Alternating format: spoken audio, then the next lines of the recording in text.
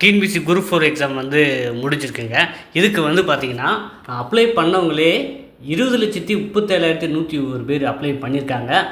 மேல் கேண்டிடேட்ஸ் ஆண்கள் மட்டும் 8,17,702 பேரும், ஃபீமேல் கேண்டிடேட்ஸ் வந்து பார்த்தீங்கன்னா 12,18,922 பேரும் இந்த எக்ஸாமுக்கு அப்ளை பண்ணியிருக்காங்க. இந்த அப்ளை பண்ண எக்ஸாம் வந்து இன்றைக்கி வந்து சற்று முன்பு வந்து தேர்வு முடிஞ்சிருக்கு.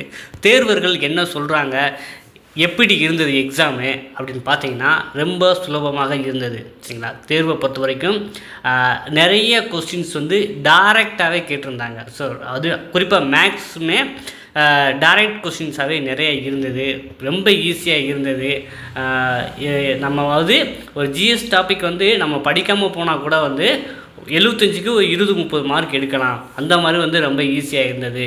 கரண்ட் அஃபேர்ஸும் அதுக்கு மேலே அப்படின்னு நிறைய தேர்வர்கள் வந்து சொன்னாங்க. தமிழும் சொல்லவே வேண்டாம், இலக்கணம்லாம் அப்படியே டைரக்ட் கொஸ்டினாகவே வந்திருந்தது அப்படிங்கிறதையும் சொல்லியிருந்தாங்க. ஸோ நீங்கள் எப்படி தேர்வு எழுதுனீங்க, கட் ஆஃப் வந்து எப்படி இருக்கும் அப்படிங்கிறத நீங்களே கமெண்ட் பண்ணுங்கள். ஸோ இப்போ வந்து நம்ம வந்து டஃப்பாக இருந்தது அப்படின்னா, அது 200 கொஸ்டினுக்கு 165, 167, 168க்கெலாம் கடந்த ஆண்டு கிடச்சிது. அது 200க்கு 167க்கு மேலே எடுத்தவங்களுக்கெல்லாம் கடந்த ஆண்டு வந்து வேலைவாய்ப்பு கிடைச்சது.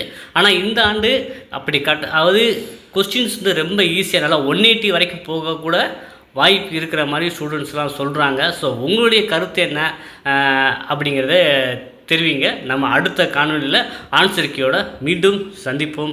தேர்வு எப்படி இருந்தது?